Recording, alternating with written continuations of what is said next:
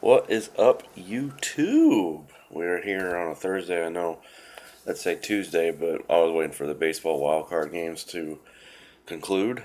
And the winners of those wildcard games were Colorado beats the Cubs in 13 innings on Tuesday night, 2-1, to move on to play the Milwaukee Brewers. And the New York Yankees won last night over the Oakland A's, 7-2, and they will take on the Boston Red Sox. The other two series is going on in baseball will be the Atlanta Braves and the Los Angeles Dodgers. Braves a surprising team coming out of the National League East this season. And Cleveland and Houston, it seems like they meet every year in the postseason now. So, not making a prediction quite yet. I'd like to see Milwaukee. Everybody in there is very well qualified. They can win the World Series. If I had to break it down, I'd say probably Milwaukee, LA, maybe I'd say Houston, and it's a toss up between the Yankees and the Red Sox. Yankees are getting hot right now. They got a good bullpen. Red Sox bullpen, even though with over 100 some wins, are still, it's the Yankees and the Red Sox. First time they met in the playoffs since 2004, so we'll see how that goes. Keep you updated as far as that goes weekly on how that's progressing. I said that I was going to talk about hockey. We got a jam-packed show. We're going to get right into it. Hockey. NHL started last night with a couple of games. I know the Capitals whooped up on Boston pretty well. I was going to mention two teams in each conference who I think can win the Stanley Cup. I'm going to pick one of them right now as the defending Stanley Cup champion, Washington Capitals. I know they got a new head coach. The same core talent is still there from last year. You got Alexander Ovechkin, TJ Oshie, the goalie is still pretty good. So I like Washington. Tampa Bay is another team. I think it's going to be the repeat of last year's Eastern Conference Finals, Tampa Bay and Washington. So be on the lookout for them two teams. In the Western Conference, now there was three teams I wanted to pick, but I went with two. First one being the San Jose Sharks. They just got acquired defenseman Erik Karlsson from Ottawa a few weeks ago. I look to see him have a big impact there.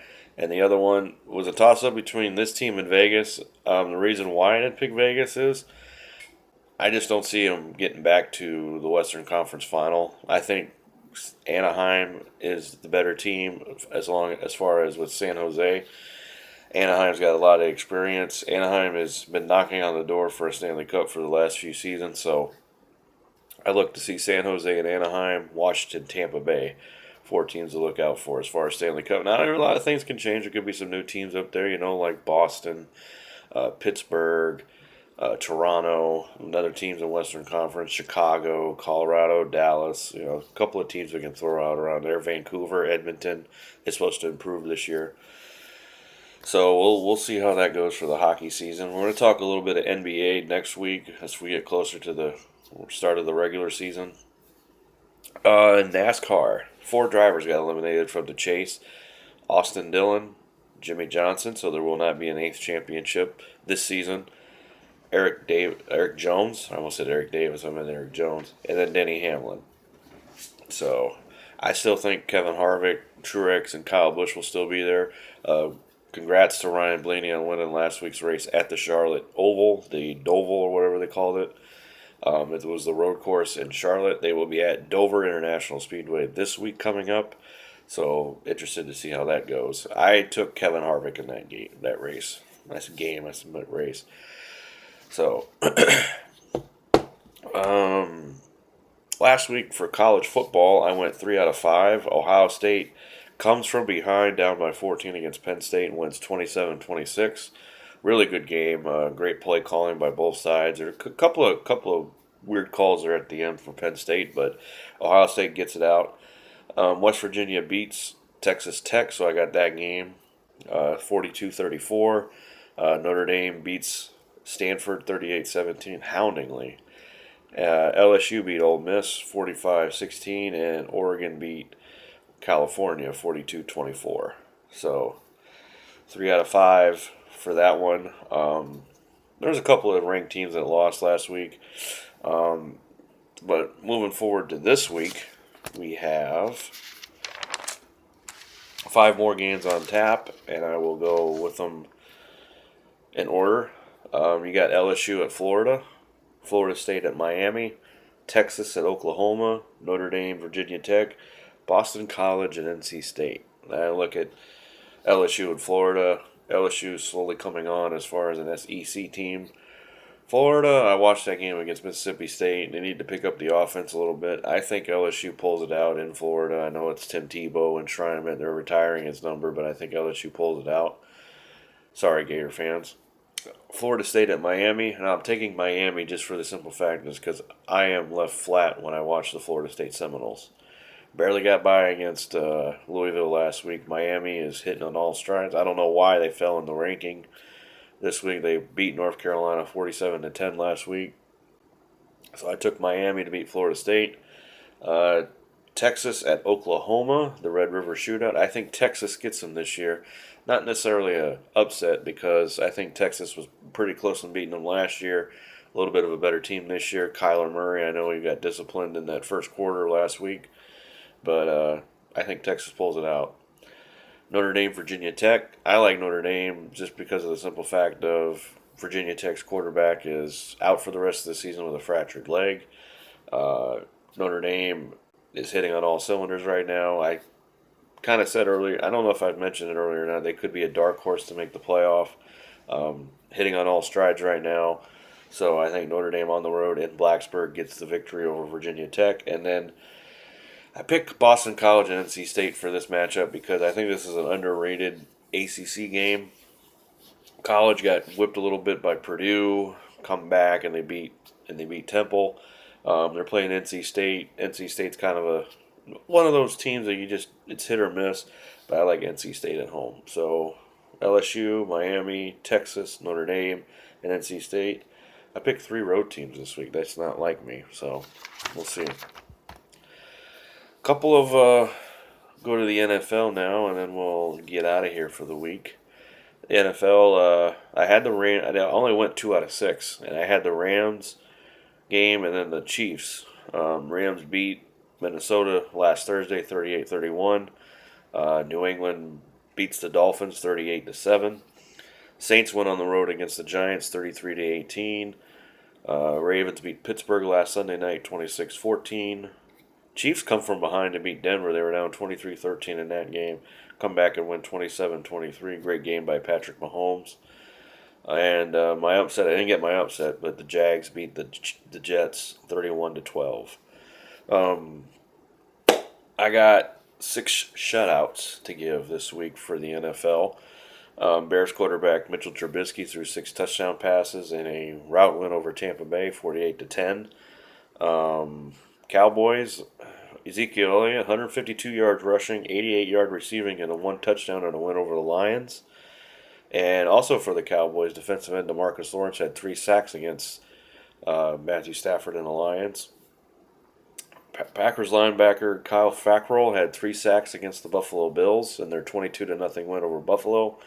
Alvin Kamara had 138 yards rushing on just 19 carries and 3 touchdowns in their win over the Giants for the Saints. And then a couple of notables. Kareem Hunt got his first 100-yard rushing performance of the season, and the Chiefs win over the Broncos 27-23. And Adam Vinatieri is now your all-time leader in field goals made in NFL history, as he passes Morton Anderson on the all-time list. I think he's at 565 now, 566. So, but it was in a losing effort to the Houston Texans in overtime, and that is the 5th overtime game of the year so far. We had 2 overtime games. I think we had 3 overtime games this year. No, that's 6. Man. So, also, there was 1,000 yards combined in that game between the Rams and the Vikings. Both quarterbacks over 400 yards passing. Kirk Cousins and Jared Goff. Goff had 5 touchdown passes. Couple of stalled out drives by the Vikings. Otherwise, this was a back and forth game. I think Aaron Donald had 2 sacks, so did Ndamukong Suh, so we're pretty much tapped out as far as week 4 is concerned. I didn't pick very well. I went 7 out of 15, but, it's the NFL. You never know what's going to happen. We got 2 unbeatens left, and that's the Chiefs and the Rams. And then Arizona is the only winless team in the NFL at 0-4. So we move forward to next week, which begins tonight. on Thursday. And I only picked 4 NFL games, but I'll also go through a couple of games that I think are worth looking out for too, and then we'll get out of here for the week. So as you know, we do this by stickers. So Indianapolis at New England is tonight's game. I think this is a foregone conclusion. I'm taking the Patriots just because Indianapolis 1-3, Patriots are 2-2. Looks like New England's on their way back up. They always start off slow every year, so we'll see how that goes. Next game to pick is Green Bay and the Lions. I like Green Bay on the road. I think they get their first road win of the year. And I see a lot of defensive improvement from Green Bay. I think Detroit might have been a little high off their horse over the win over the Patriots. They go into Dallas. They almost pull it out. Come back home. They are hit and miss a little bit this year.